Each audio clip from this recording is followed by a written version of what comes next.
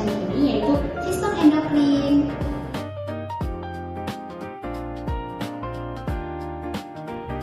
Nah, benar banget, berbeda dengan sistem pencernaan yang punya jalur khusus.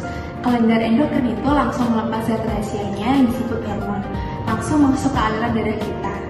Jadi teman-teman, aku bakal bahas bagaimana anatomi dari sistem endokrin dan fungsinya. Tapi aku nggak sendirian ya, aku bakal dibantu oleh teman-temanku. Yuk kita mulai perjalanan anatomi kita dari pusat komando atas, yaitu hipotalamus. Jadi hipotalamusnya terletak di sini, dan hipofisisnya terletak di sini, atau pituitari, dan satu lagi kelenjar kecil di dalam otak bernama kelenjar pineal. Kelenjar pineal sendiri terletak di sini. Teman-teman, hipotalamus sendiri menghasilkan hormon pengontrol seperti GHRH dan TRH yang mana bertugas mengatur kelenjar hipofisis. Kemudian ada juga kelenjar pineal yang mana merupakan kelenjar kecil berbentuk biji pinus di otak yang menghasilkan hormon melatonin yang mana fungsinya sangat krusial untuk mengatur siklus tidur dan bangun kita atau ritme sirkadian. Adapun juga kelenjar hipofisis ini adalah master of glands alias bos besar kelenjar. Hormon yang dihasilkan yaitu hormon pertumbuhan atau GH untuk merangsang pertumbuhan tulang dan otot. Ada juga TSH untuk merangsang tiroid serta ACTH untuk merangsang kelenjar adrenal. Sekarang kita terus sedikit ke daerah leher di depan cakram. Kita punya kelenjar tiroid yang bentuknya mirip kupu-kupu. Dan di bagian belakangnya menempel 4 kelenjar kecil bernama kelenjar paratiroid di belakang tiroid. Kelenjar tiroid sendiri menghasilkan hormon tiroksin T4 dan triodotinon atau T3 yang berfungsi untuk mengatur kecepatan metabolisme dan suhu tubuh kita. Sedangkan kelenjar paratiroid menghasilkan paratoramon atau PTH, fungsinya untuk mengontrol kadar kalsium dan fosfat di dalam darah dan tulang kita. Adapun juga kelenjar timus yang menghasilkan hormon timosin yang berfungsi penting dalam sistem imun, yaitu memicu pematangan sel darah putih limfosit T saat kita masih anak-anak. Oke teman-teman semua, jadi terakhir di bagian area perut, di mana kita punya kelenjar adrenal yang tepatnya di atas ginjal seperti topi.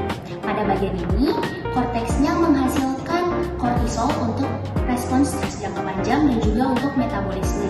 Sedangkan pada bagian belakangnya menghasilkan adrenalin atau epinefrin untuk respons darurat fight or flight. Oke teman-teman, kemudian pada pankreas terdapat klaster sel khusus bernama pulau Langerhans. Pankreas sendiri menghasilkan hormon insulin yang berfungsi untuk menurunkan kadar gula dalam darah dengan mengubahnya menjadi energi. Serta ada pula glukagon yang berfungsi meningkatkan kadar gula darah saat kita berpuasa. Oke teman-teman, jangan lupa di area bagian bawah terdapat kelenjar kelamin atau yang kita kenal dengan namanya gonad, yang mana pada perempuan dikenal dengan ovarium, sedangkan pada laki-laki dikenal dengan namanya testis. Ovarium pada wanita menghasilkan hormon estrogen dan juga progesteron untuk mengatur siklus menstruasi dan juga menjaga kehamilan. Sedangkan testis pada pria menghasilkan testosteron untuk mengatur sperma dan juga ciri kelamin seks sekunder pada pria. Oke teman-teman, tadi kan kita sudah membahas tentang anatomi dan hormon-hormonnya. Sekarang aku bakal jelasin fisiologinya. Nah, gimana sih cara kelenjar-kelenjar tadi bekerja? Jadi hormon itu diklasifikasikan menjadi 2 berdasarkan sifat kimianya. Yang pertama ada hormon nitrofilik yang larut dalam air dan bekerja di atas permukaan sel. Contohnya ada insulin. Dan yang kedua ada hormon lipofilik yang larut dalam lemak. Jadi mereka langsung menembus membran sel untuk mengalirkan DNA kita. Contohnya ada kortisol. Nah, sistem endokrin ini punya mekanisme keren buat menjaga keseimbangan tubuh atau homeostasis. Lewat mekanisme umpan balik atau feedback, paling sering adalah umpan balik negatif. Contohnya, kalau kadar hormon di dalam darah sudah terlalu tinggi, tubuh bakal ngasih sinyal, "Hei pankreas atau tiroid, stop produksi dulu ya, udah penuh nih." Sebaliknya juga ada umpan balik positif, yang mana justru memicu hormon keluar lebih banyak buat perubahan tertentu seperti oksitosin saat persalinan. Nah, ini bagian yang paling seru. Sistem endokrin itu nggak kerja sendirian. Dia berintegrasi sangat erat dengan sistem tubuh kita yang lain. Kita sebut ini hubungan neuroendokrinologi, di mana sistem saraf bekerja sama dengan sistem endokrin. Yang pertama, keterkaitan dengan sistem saraf dan kardiovaskular atau respons stres. Saat kalian kaget atau stres, sistem saraf simpatik bakal langsung merangsang medula adrenal atau anatomi buat melepaskan hormon adrenalis atau fisiologi. Efeknya, jantung kalian berdetak lebih cepat dan pembuluh darah melebar. Ini respon fight or flight. Yang kedua, keterkaitan dengan regulasi tidur atau sistem saraf dan pineal. Tambahan integrasi pineal, saat suasana mulai gelap, mata kita mengirim sinyal ke saraf pusat, lalu memerintahkan kelenjar pineal melepaskan melatonin. Ini membuat tubuh kita rileks, mengantuk, dan siap untuk tidur menjaga pemulihan organ tubuh lainnya.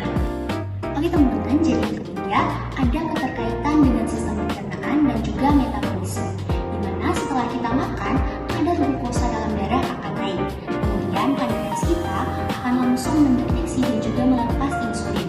Teman-teman, insulin inilah yang membantu sel-sel tubuh untuk menyerap glukosa untuk dijadikan energi.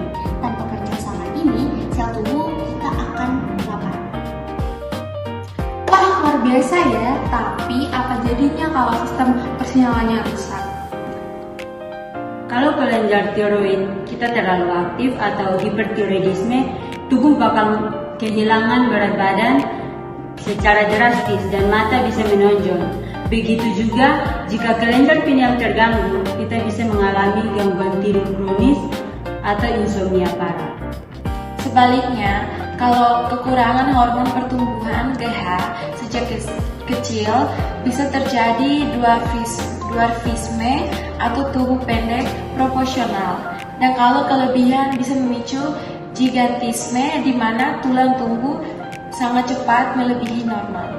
Teman, ada juga Addison disease, di mana terjadi karena kelenjar adrenal kekurangan memproduksi hormon kortisol. Hal ini membuat tubuh kita akan merasa lemas dan juga hiperpigmentasi pada kulit. Kesimpulannya, anatomi kelenjar yang sehat dan fisiologi hormon yang seimbang adalah kunci utama tubuh kita bisa berfungsi dengan normal. Jaga kesehatan kalian ya. Sekian dari kelompok 1. Terima kasih dan sampai jumpa.